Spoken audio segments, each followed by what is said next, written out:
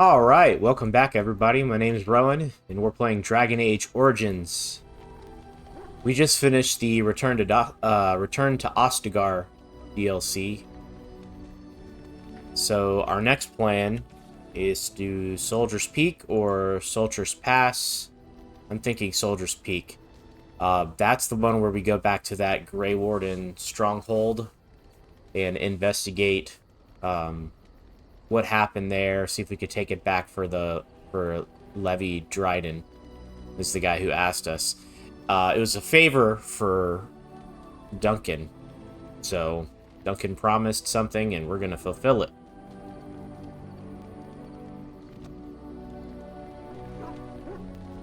Let's talk to our companions first, just to see if we can have any other conversational type branches that we need to explore. You called. I am hardly surprised. To put it lightly, no one has a place here. Your farmers wish to be merchants. The merchants dream of being nobles, and the nobles become warriors. No one is content to be who they are.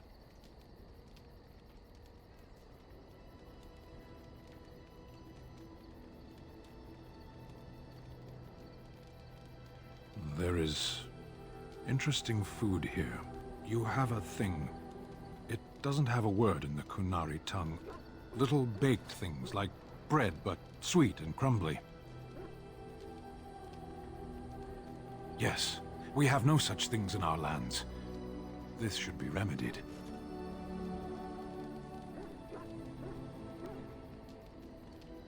Shall we move on? What does that accomplish? The farmer who buys a shop is never a merchant. He is always a farmer turned merchant.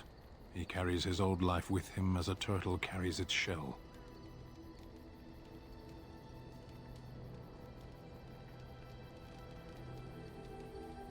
Does it? It's also his weakness. If he stumbles and falls over, it pins him on his back. It is better to armor yourself with no more than what you need. One life, one duty. Shall we move on? Perhaps.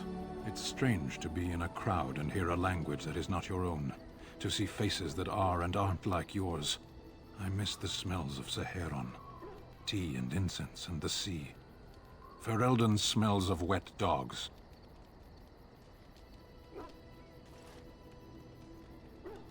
Skunks don't mind the smell of other skunks either. Shall we move on? As you wish. Why did he approve so much? I don't understand.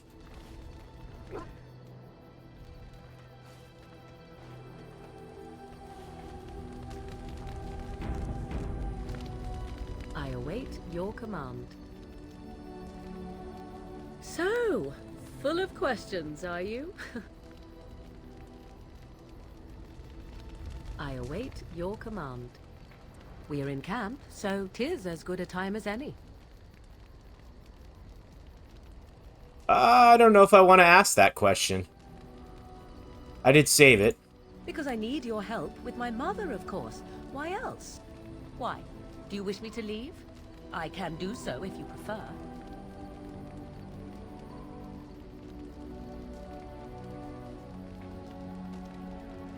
Then I assume our discussion ends here. Okay. Yeah, let's load that back up.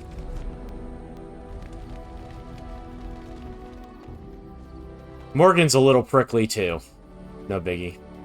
This is such an old game that it loads almost instantly. No big. Let's get everybody and then we'll save Zevran for last. Yes? Well, here I am. Alright, it is my job to spin yarns after all.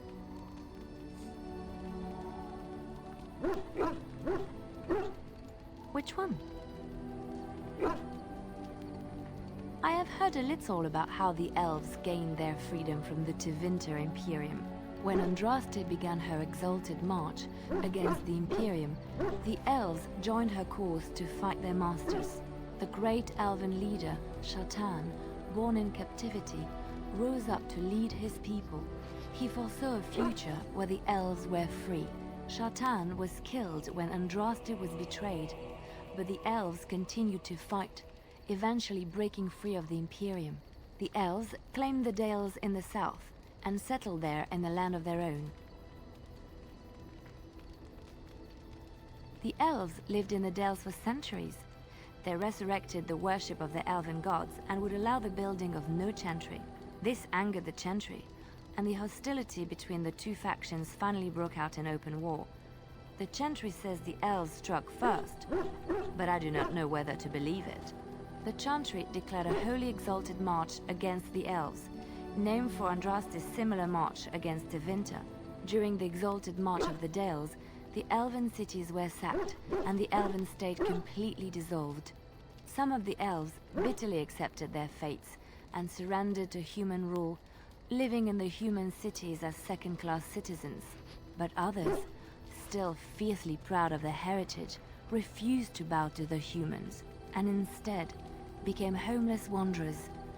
They were the elves of the Dales, the Dalish. Andraste was the Maker's chosen. The Maker had long since abandoned the world when the sound of her singing turned his ear. Beauty, grace, and wisdom enraptured him, and he offered to take her from this flawed world to become his divine bride. But Andraste had an earthly husband and would not forsake him. Instead, she beseeched the Maker to return to his people once more. So earnest was her plea that the Maker was moved, and promised that he would create a paradise on earth if all abandoned their false gods and turned once more to him. And this is why Andraste began her exalted march on the idolaters of the Tevinter Imperium. The Maker granted her his powers with which to smite her enemies. Andraste brought the Imperium to its knees, and her victories converted many to the worship of the Maker. Alas, it was the frailties of men that betrayed and killed Andraste. Her earthly husband, Maferath, a chieftain of the Alamari tribes himself, grew jealous as his wife's popularity and influence overshadowed his own. She was also revered as the Maker's betrothed, and Maferath began to see their own bond waning in significance as Andraste became ever more devoted to the Maker. Out of envy and spite, Maferath made a pact with the Archon Hysarian of Tevinter, allowing his beloved Andraste to be ambushed and captured. Andraste was burned at the stake in Minrathous, the capital of Tevinter.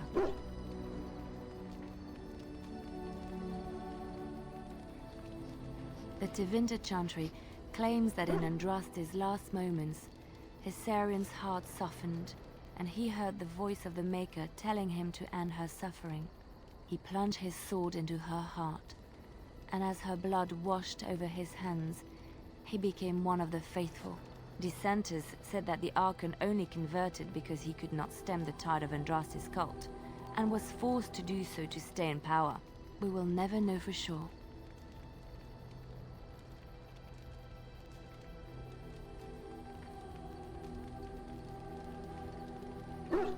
There was another question we missed there. Beauty, grace, and wisdom enraptured him, and he offered to take her from this flawed world to become his divine bride. But Andraste had an earthly husband and would not forsake him. Instead, she beseeched the Maker to return to his people once more. So earnest was her plea, and this is why Andraste brought the Imperium to its knees, and her earthly husband. She was also out of envy. Andraste was burnt at the stake in Minrathous, This one here. capital of Tevinter. I have thought on this too. Did he withdraw his sight from her at that moment? Where were all the powers he bestowed upon her? This question has come to me many times, and I have no answer. Perhaps there was no way for Andraste to return to the Maker but through her death. We will never know for sure.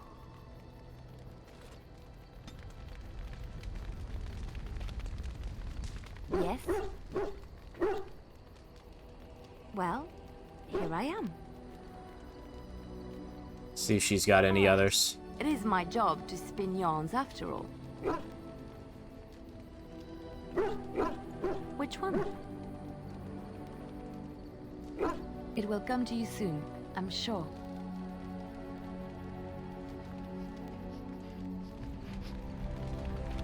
Okay. Looks like we've got everything we can out of Leliana, out of Sten, out of Morgan for now. Something on your mind? Oh, hello. Not unless they were asking me for a favor. Well, there was that one time in Denerim, but those women were not like you. Why?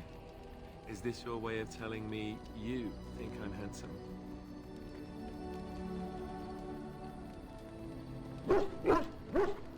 Oh, nothing much. I just get to grin a bit and look foolish for a while. At your service. Of course.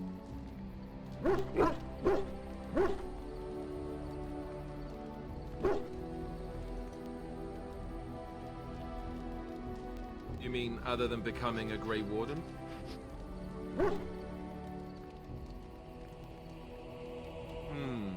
You know, I asked Duncan this too, and all I got was, "You'll see."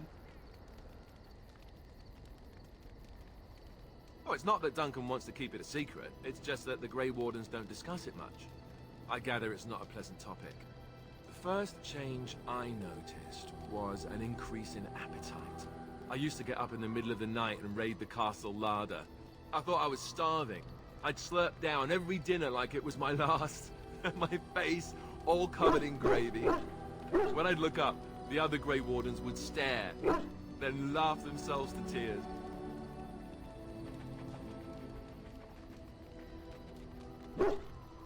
More like an initiation. They all went through it too. Oh, and then there were the nightmares. Duncan said it was part of how we sense the Darkspawn. We tap into their, well, I don't know what you call it, their group mind. And when we sleep, it's even worse. You learn to block it out after a while, but at first it's hard. It's supposed to be worse for those who join during a blight. How is it for you? Some people never have much trouble, but that's rare. Others have trouble sleeping their entire life. They're just more sensitive, listen. Everyone ends up the same, though. Once you reach a certain age, the real nightmares come. That's how the Grey Warden knows his time has come.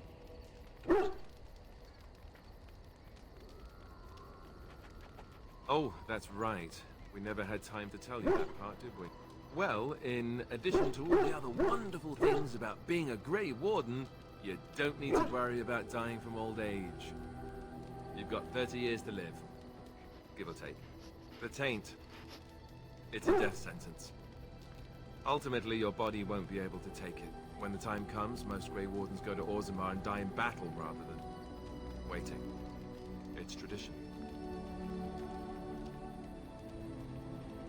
You'll always find Darkspawn down where the dwarves are.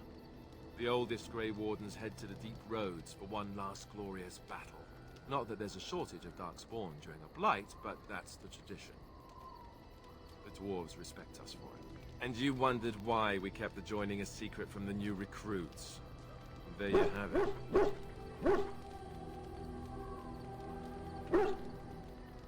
You know, Duncan, he started having the nightmares again. He told me that in private. He said it wouldn't be long before he'd go to Orzammar himself. I guess he got what he wanted. I just wish it had been something worthy of him.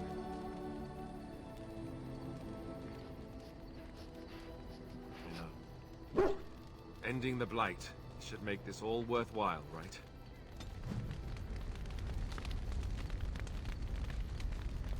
Here, look at this. Do you know what this is?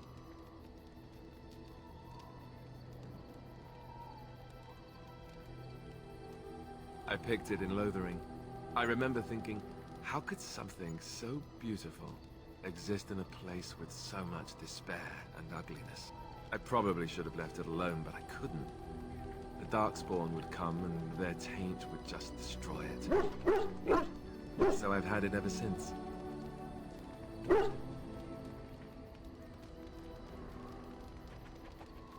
I thought that I might give it to you, actually.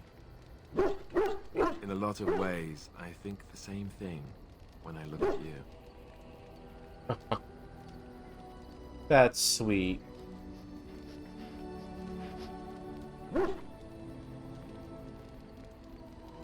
I'm glad you like it.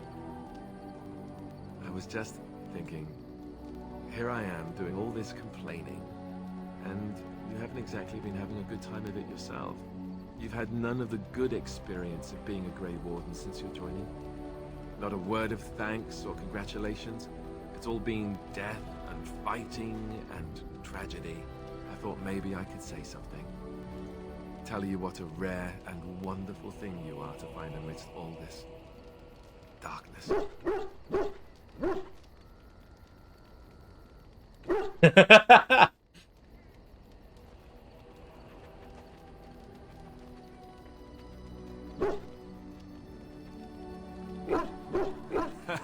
You won't land me that easily, woman.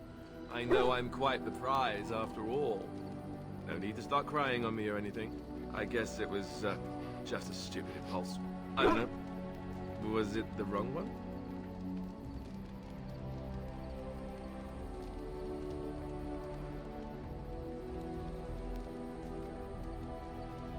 I'm glad you like it. Now, if we could move right on past this awkward, embarrassing stage and get right to the steamy bits, I'd appreciate it.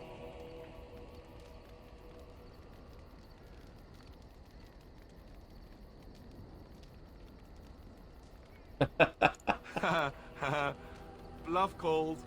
Damn, she saw right through me.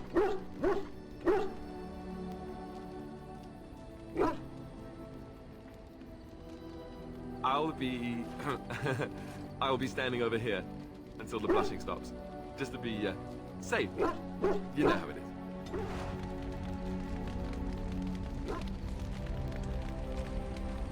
I got a rose.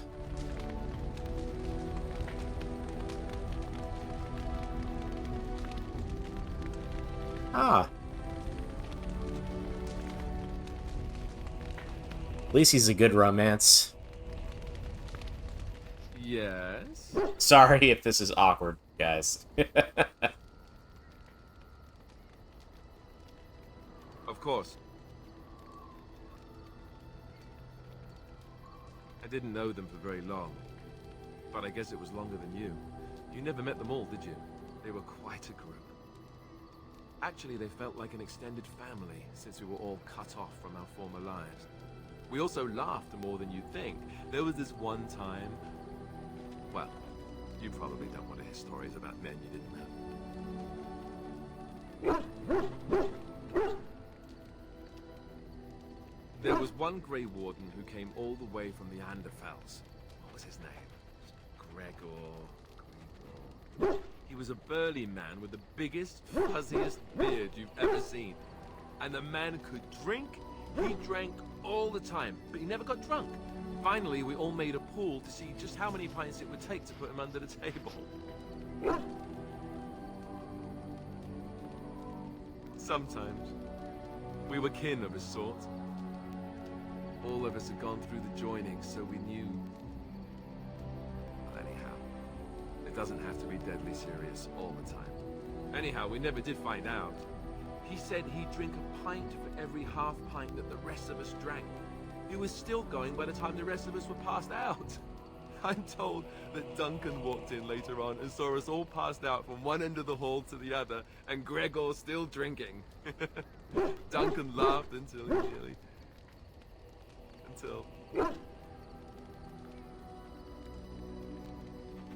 Yes, I suppose so. I thought I was done with this. It just struck me that I have nothing to remember Duncan by, nothing at all. There's no body, not even a token of his that I could take with me. That must sound really stupid to you.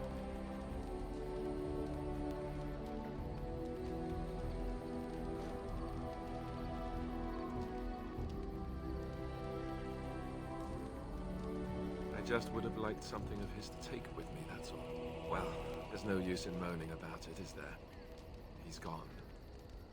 Let's just go. I could have sworn I had Mark's blade. Isn't there a sword? Duncan's sword.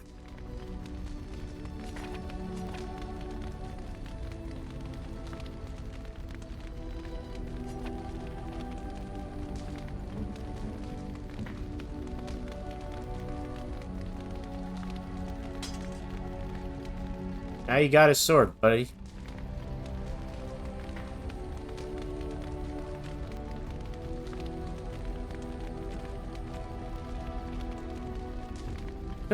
Could have sworn I had something to give to him. I'm wondering something. I'd like to know your thoughts about some of our traveling companions. Do you mind if I ask?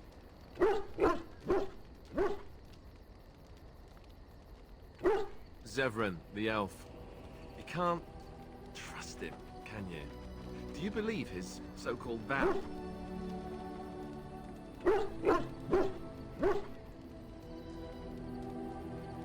Really?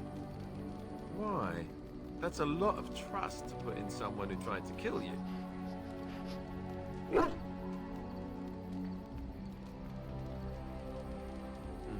Well, if you are, then maybe I should too. But that doesn't mean I won't keep an eye on him. He's just too shifty. What about Sten? The way he looks at me with those eyes. Creepy. And he's so quiet for someone so big.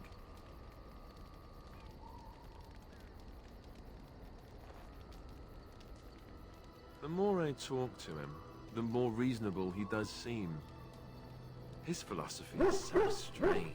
But it doesn't sound at all as vile as the Chantry describes it. And yet, he killed all those people. He doesn't even deny it. Doesn't that bother you?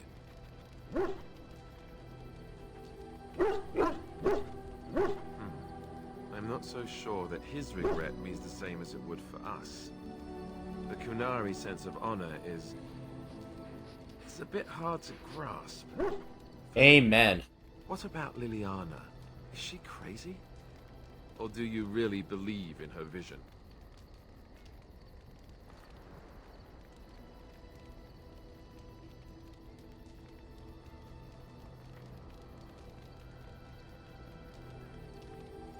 That's one way to put it.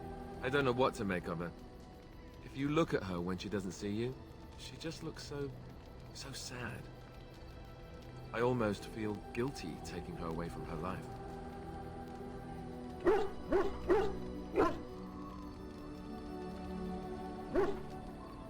Yes, I know. Still, I feel badly for her. Morrigan, do you trust her? Think about it. Maybe Flemeth sent her with us for some other reason than she said.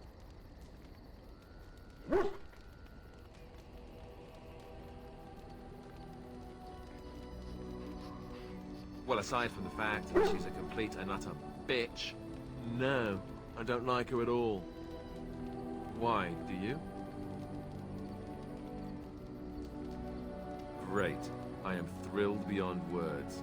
Now, really, enough. I think my curiosity is sated. Let's get back to it, shall we? Yes. Of course. Never what? Had a good pair of shoes?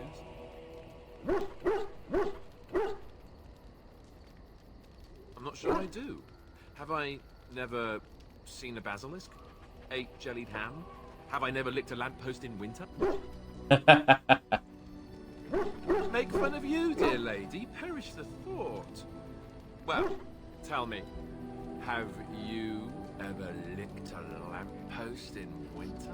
Don't go there, Alistair. Oh my gosh.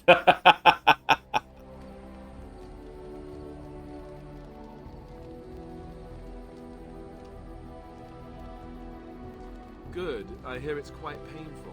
I remember one of the younger initiates did it on a dare once, and there was pointing and laughing. Oh, the humanity. I myself have also never done it. That. Not that I haven't thought about it, of course, but you know.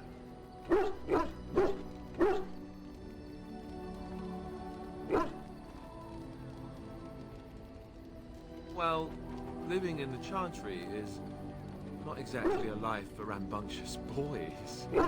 They taught me to be a gentleman, especially in the presence of beautiful women such as yourself. That's not so bad. Of course you are, and you know it. You're ravishing, resourceful, and all those other things you probably hurt me for not saying.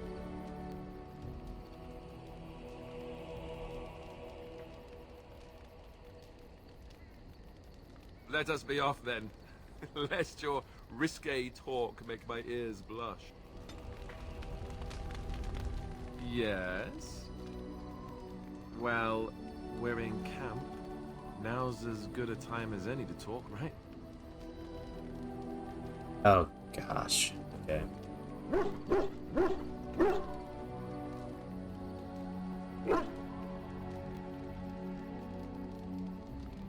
You know, I was just thinking the same thing. Given the circumstances, things could have been so much worse. I'm so grateful that you're you, instead of some other Grey Warden. That sounded better in my head. I just mean to say that I've really come to care about you.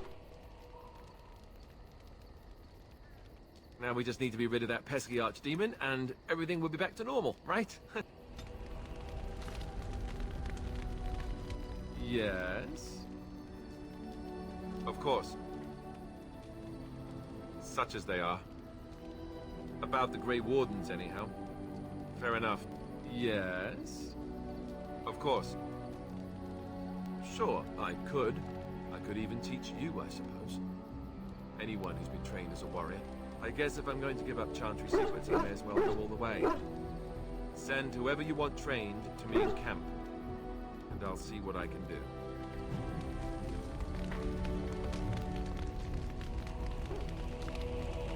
Yes?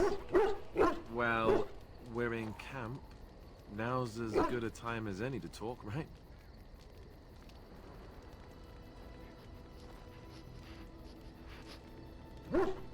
I'm sorry ahead of time, guys.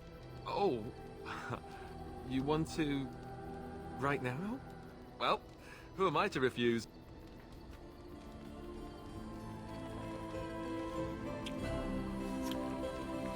No.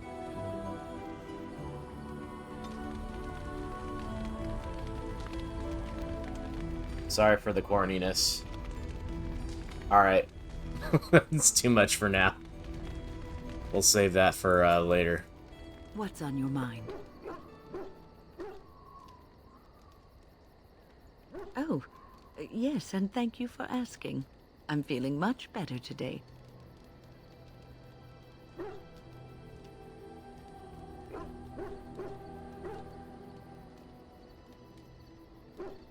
Well, thank you for your kindness, my dear. It certainly warms these rickety old bones. What's on your mind?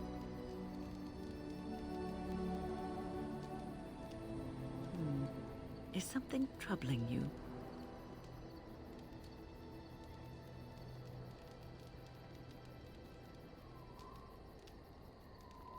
You are one of the 2 surviving Grey Wardens in Ferelden. You defend all of us, and much rests on your shoulders. It may not mean much to you, but thank you for having the courage to continue to fight.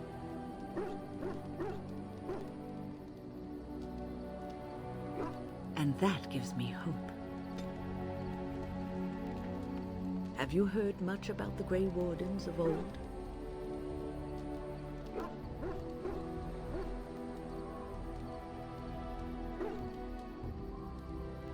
Griffins. Alas, that seems to be the only thing people remember from the tales. The mighty flying mounts that bore the Grey Wardens into battle. I think there's going to be griffins in the new game, by the way. Dragon Age Veilguard. I watched the trailer, by the way. I was a little bit concerned with the first trailer. Just a bit. I mean, the trailers are always different than the games. Like, they're meant to bring up hype I think they just kind of chose the wrong style. That's all. I watched the gameplay trailer though, and I'm really not that concerned anymore. It looks like a great, like it's gonna be a really good story, good quality. Maybe some. I wish that there was more open worldness to it. I hear it's gonna be mission based, like Mass Effect, I guess. I hope at the very least that the towns and cities are like, you know, big hubs where it feels like it's open world or something. I don't want the game to not feel open world, if that makes sense. That's kind of one of the cool things about Dragon Age is that you're traveling all of the land. You know, you choose where you go. You know, kind of choose what order the story's done in a manner of speaking. So I hope that's not too changed. I think I'll miss the tactical combat, but it seemed to be getting more watered down anyway. Like they were moving away from that direction, so it won't be that surprising. You know, the wheel, the action wheel or whatever that they bring up. It actually kind of reminds me of Mass Effect, where you choose your choose when your companions use their abilities just on like a little pause wheel type thing. I didn't mind it so much in Mass Effect. I'm not sure how I feel about it in Dragon Age, because you're not going to be able to... It doesn't look like you're going to be able to actually control any of your other characters. But the irony is that's how I end up playing most of the time anyway, is I set these tactics. I'll just miss, you know, setting the tactics. That feeling of accomplishment when I have good tactics and I don't have to control my other characters is going to be going away. So, yeah, a little disappointing in that aspect. But I think the game looks great otherwise. I'm looking forward to it. Anyway, let me know what you think in the comments if you saw the trailer and the gameplay trailer as well. I'm sure they'll be releasing more, you know, going more into detail. Character creation, I know they're going to do. They'll probably release a, you know, more late game video, late game gameplay video, rather, showing us, you know, ability combinations and the like. At least I hope so, anyway. That seemed to be, like, all, like, level 1 stuff. So, the Rook, you know, running around, he only had hack and slash, and then he had, like, one ability beyond hack and slash that he was using. And then the companions were just kind of running around, you know, taking guys out a little at a time. But anyway, we'll get back to the game. Sorry. I wanted to talk about that for a minute. Unfortunately, they've all passed back into the Maker's hand. So that wish will have to go unfulfilled.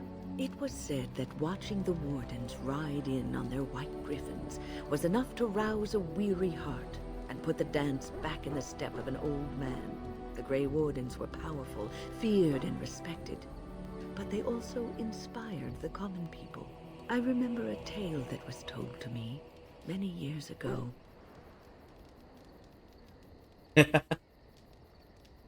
Just like a child in a way. The Blight had ravaged the land for months, and the armies of the great kings had amassed for one last stand. As the sun burst through the clouds that boiled and churned in the dark sky above, it illuminated a vast, seething horde of darkspawn, with the archdemon at its head. And it was then, when courage seemed to fail, and all lost to death and despair, that the Grey Wardens came. They arrived with the beating of wings like mighty war drums and stood before the armies of men.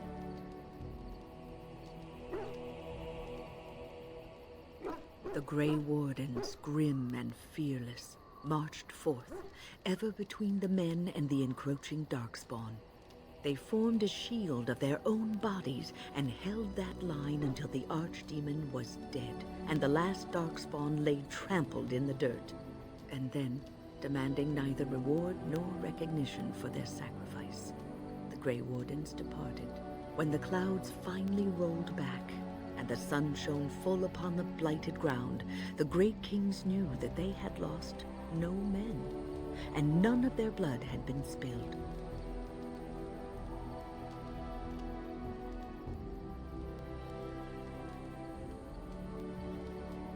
You are observant. This is a tale about no battle the Grey Wardens have fought, and yet about them all. They have always defended us from the Darkspawn, taking losses so we do not have to.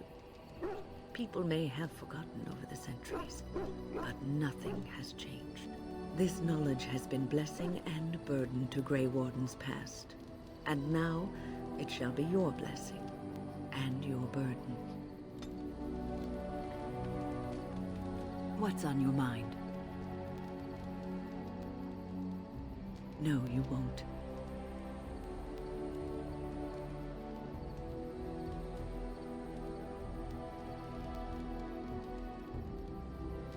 I don't think so either.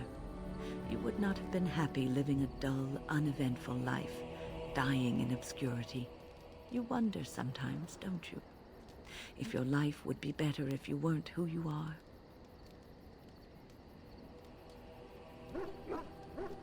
When I was a young woman in the tower, I came to the realization that the circle would be my life, and I would know no other. Family, love, a simple life. These were things that others took for granted, that I would never have.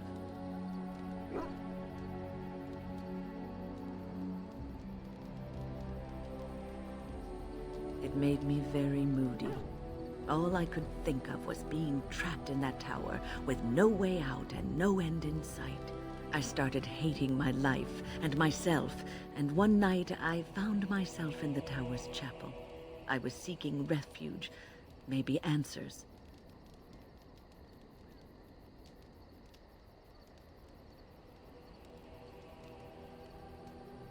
I must have looked tearful or made some noise, because the revered mother came out and decided to speak to me. And because I had no one else to talk to, I talked to her. I must have said many silly things, but she told me that the Maker puts us all on our paths for a reason, and fighting our intended course is what causes so much anguish.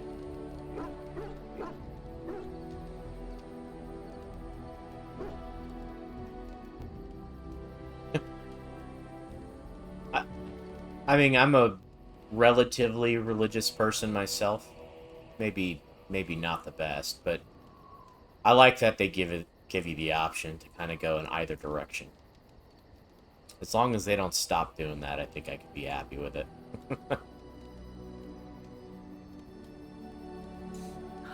I thought the old biddy was full of rubbish. I was 15, maybe 16, and I knew everything. So I left. But I always found my way back to that chapel, and as the years passed, I began to see the truth of her words. We were supposed to be polar opposites, mage and priest, but we weren't. There was much about us that was the same.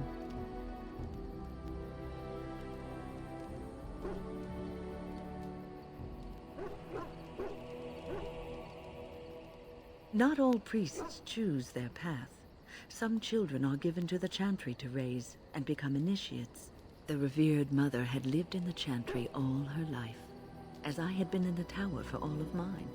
She taught me that you can find your family in the people around you, that you can love your work and find fulfillment in duty, and there is joy even in self-sacrifice.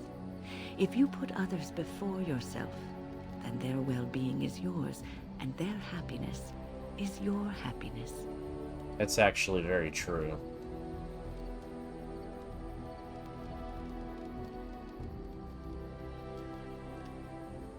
You can scream and cry and be angry about life as a Grey Warden, or you can accept it and allow yourself to see the good in it. This is your choice. What's on your mind? I will answer to the best of my ability.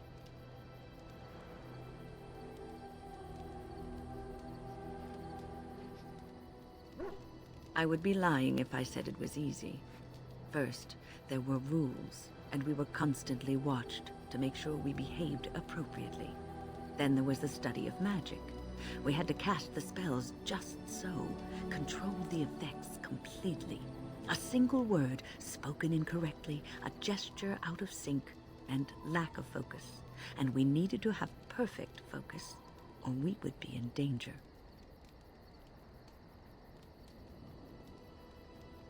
From Fade spirits. If we were careless, they would enter our minds, and we would become abominations. Without the Circle and my mentors, I would not have been where I am today. And there was joy in life at the Circle. The joys of fellowship, in knowing that you were not alone in your struggles. In spite of everything, I was happy in the tower, and I loved it. People don't become mages, they are born mages. The talent just surfaces later. But you are asking how I ended up at the Circle. I was brought there by the Templars, just like many of the other apprentices. I don't remember very much. I was very young then.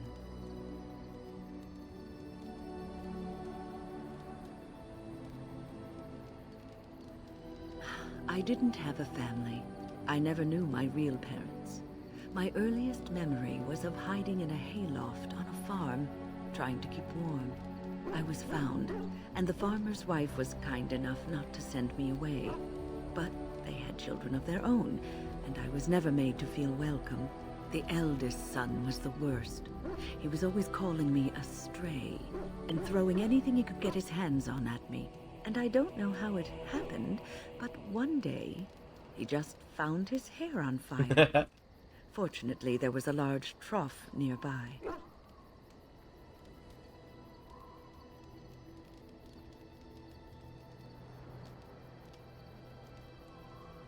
He ran screaming, dripping head and all, to his mother. I was shut up in the barn with a bowl of water and a crust of hard bread. The Templars arrived several mornings later.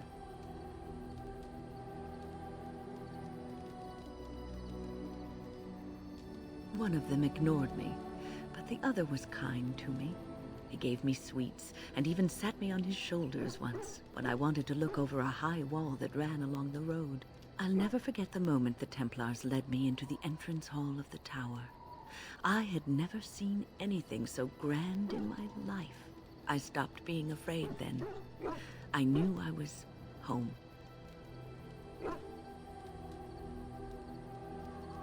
Well, that's about all there is to my tale. That's how I came to the Circle.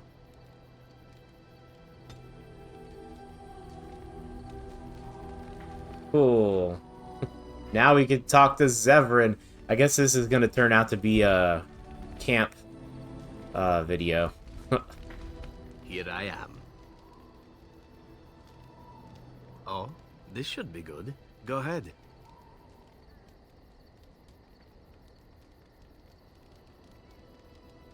Oh, you wish to know about Antiva, do you? The only way to truly appreciate it would be to go there. It is a warm place, not cold and harsh like this Farel. In Antiva it rains often, but the flowers are always in bloom. Or so the saying goes. Actually, one thing I hope the new Dragon Age does have that all Dragon Ages have had so far, with the exception of Dragon Age 2, I guess. So, not all of them. Cold areas. I like snow. I like cold environments, snow on the trees, and all of that stuff. So, I'll be kind of disappointed if it's not in Dragon Age Veilguard.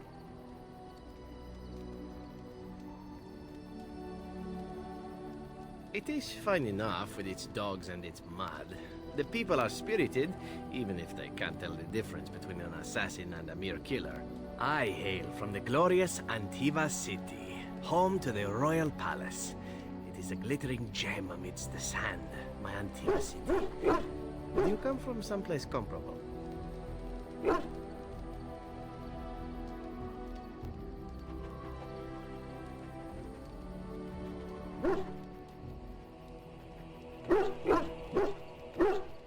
Oh, I have never seen that place.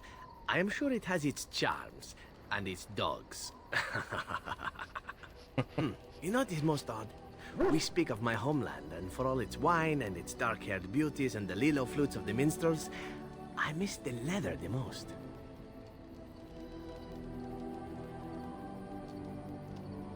I mean the smell. For years, I lived in a tiny apartment near Antiva City's leather-making district, in a building where the crows stored their youngest recruits, packed in like crates. I grew accustomed to the stench, even though the humans complained of it constantly. To this day, the smell of fresh leather is what reminds me most of home more than anything else.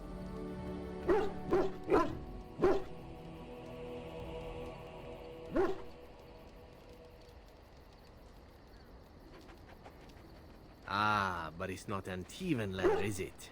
I do not know what the Antivan tanners do that is different, but there is no leather more supple nor more fragrant. Before I left, I was tempted to spend what little coin I possessed on leather boots I spotted in the store window. Finest Antivan leather, perfect craftsmanship. Ah, but I was a fool to leave them. I thought, Zevran, you can buy them when you return as a reward for a job well done. More the fool I, no?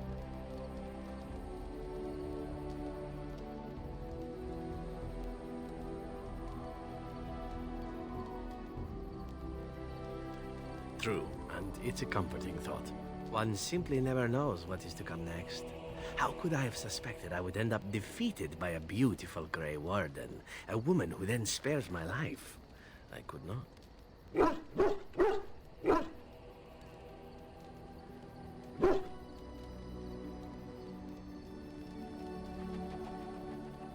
Even Grey Wardens who spared the lives of assassins? Understood. No, Whoa. if it is all the same to you, I would prefer not to speak more of Antiva. It makes me wistful and hungry for a proper meal. That's not what I meant. Here I am. Oh, this should be good. Go ahead. Well now, I imagine that's a very fair question. Being an assassin, after all, is a living, at least as far as such things go. I was simply never given the opportunity to choose another way. So, if that choice presents itself, why should I not seize upon it?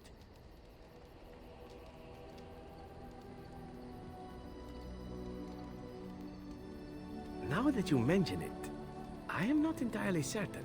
I was but a boy of 7 when I was purchased. For 3 sovereigns, I'm told. Which is a good price, considering I was all ribs and bone and didn't know the pommel of a dagger from the pointy end. The crows buy all their assassins that way. Buy them young, raise them to know nothing else but murder. And if you do poorly in your training, you die.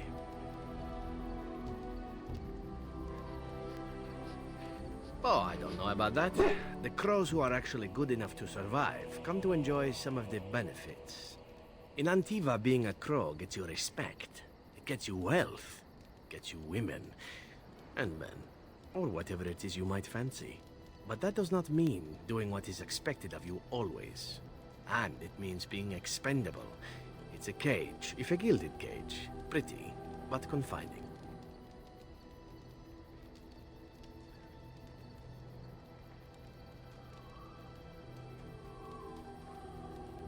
I fancy many things. I fancy things that are beautiful, and things that are strong. I fancy things that are dangerous and exciting. Would you be offended if I said I fancied you?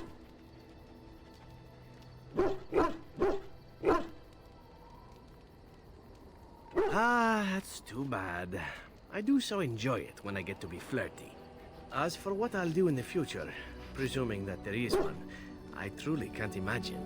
It might be interesting to go into business for myself, for a change. Far away from Antiva, of course. For now, naturally, I go where you go.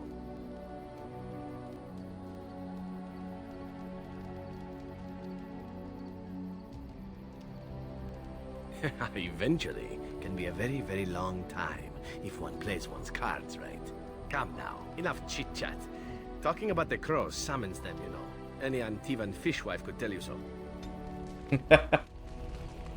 Here I am. Oh, this should be good. Go ahead.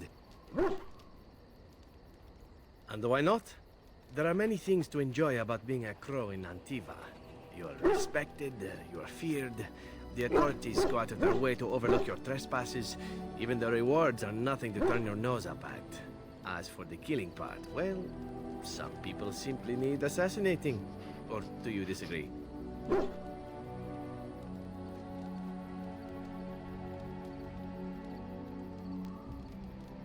Now there's an interesting word, innocent. How many men do you know who can claim to be truly innocent?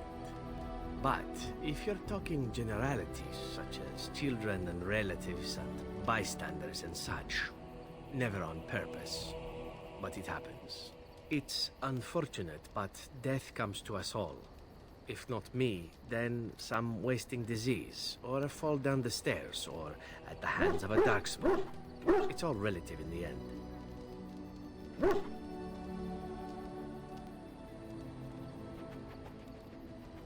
Death happens, as we like to say, and when I get paid for it, death happens more often. As far as enjoying the act of killing itself, why not? There is a certain artistry to the deed, the pleasure of sinking your blade into their flesh and knowing that their life is in your hands.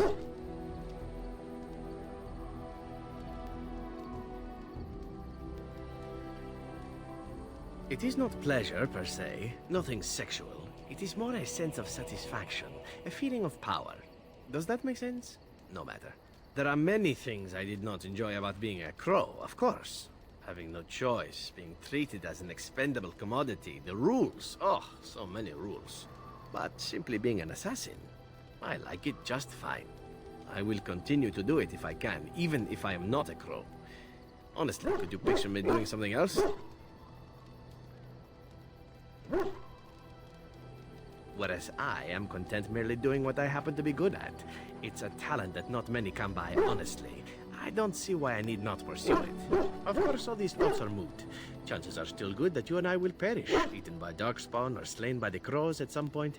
Very gruesomely, I imagine. But it is pleasant enough to chat about. Come, let's move on while our boots still have some wear in them. Yeah, I knew he was going to disapprove there. Here I am. Oh, this should be good. Go ahead. Here I am. Oh, this should be good. What would you like to discuss? Oh, damn. Okay. Well, let's see here. Sten, we're good. Alistair, we're good. Liliana, we're good. Morgan, we're good. Let's double check Alistair.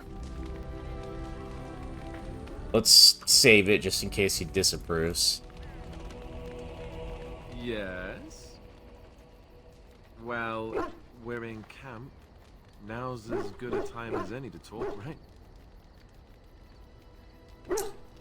right? Okay.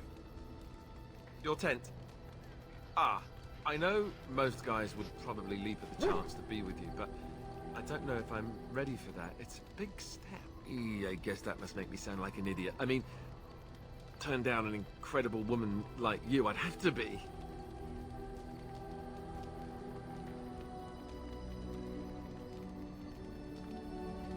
I guess I was just raised not to take this sort of thing lightly. I hope it hasn't put you off.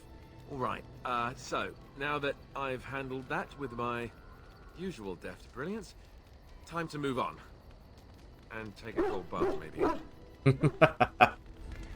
Okay.